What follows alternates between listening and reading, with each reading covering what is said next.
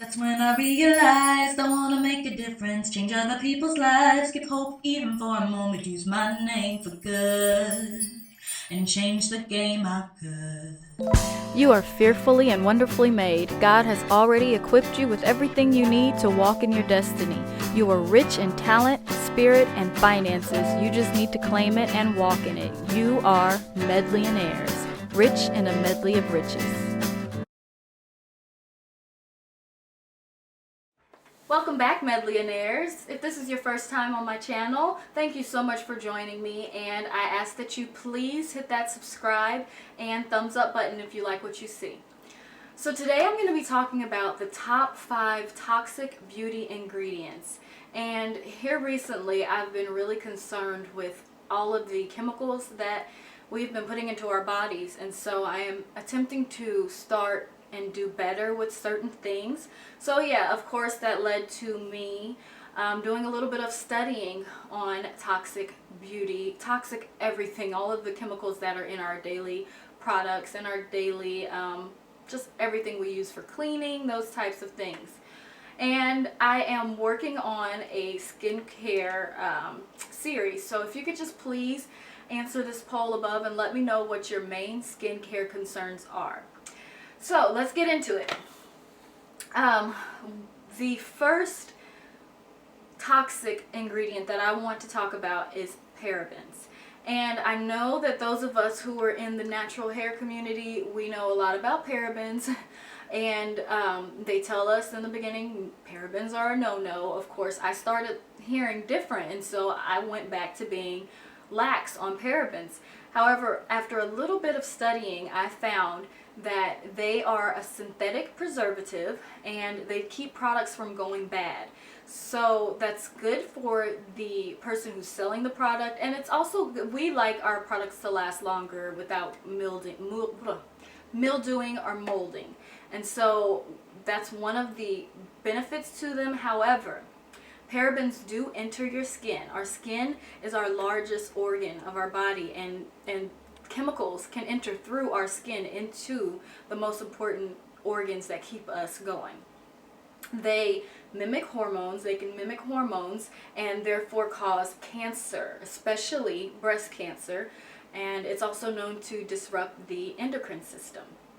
So yeah, that's something that we should definitely be trying to minimize in our products, minimize in our daily life. The next one I want to talk about is sodium lauryl sulfate. And this is in a lot of our shampoos and our cleansers and our soaps. It's actually what makes it soap up.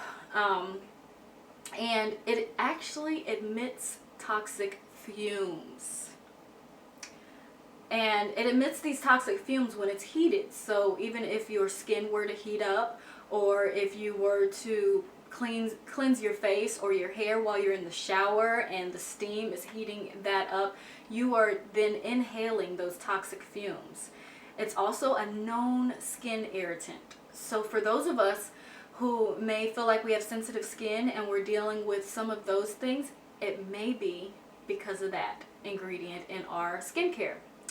It also pollutes the water, and it's undetected by many drinking water filters. So that means it's not being cleaned, it's getting into our drinking water, and we are then consuming it internally, which is not how it was supposed to be consumed. The next one I want to talk about is phthalates.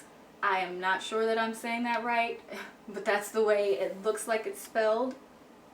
And these are in most cleansers, let's say that. These are in many cleansers, and studies have found that they may affect hormones, and more so in boys, and it will also impair testosterone levels. And so they did a study on pregnant women who were using these products that contained phthalates while they were pregnant, and later on they noticed a decrease in the testosterone of particularly their sons.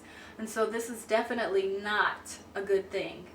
They noticed that those sons were leaning more towards we're not leaning as heavily towards the typical masculine testosterone activities that a lot of boys just naturally go to.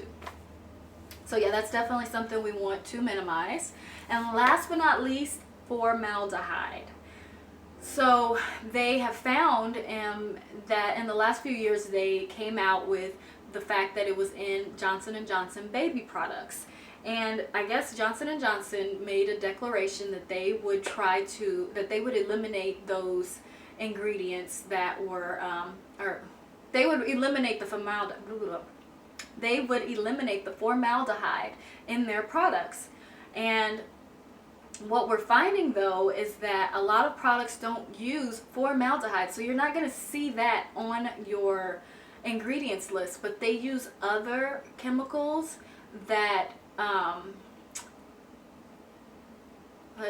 do I say this, that will turn into a formaldehyde and work the same way. Formaldehyde is also a preservative, so a lot of our chemicals that are being used in our products are just so that they can stay on the shelf longer and so that they can sell them cheaper. The worst thing about formaldehyde is that the EPA has it listed as a known probable carcinogen. Probable. Not possible, probable. They have found it to create cancer in humans and mice, or in animals. And so yeah, some cosmetic companies are using formaldehyde producers instead of straight formaldehyde, but they have the same effect when inhaled. The way that you receive the toxicity of formaldehyde is the inhaling of it. We can use the formaldehyde in our bodies that are deceased to preserve it long enough for the funeral and things like that, but we should not be using it in our day-to-day cleansers and skincare. So yeah, I hope that this helped shed a light on a few things that you should start looking at your ingredients list for and just trying to eliminate little by little. I am working on a video where I am going to be talking about just some small little steps you can take to minimize the amount of chemicals you're putting into your body, that you're sending out to your family members, and those types of things. So this is something I'm very passionate about, and as I learn more, I am really, really wanting to eliminate it. However, it can be very daunting. It could be a huge task to eliminate these things.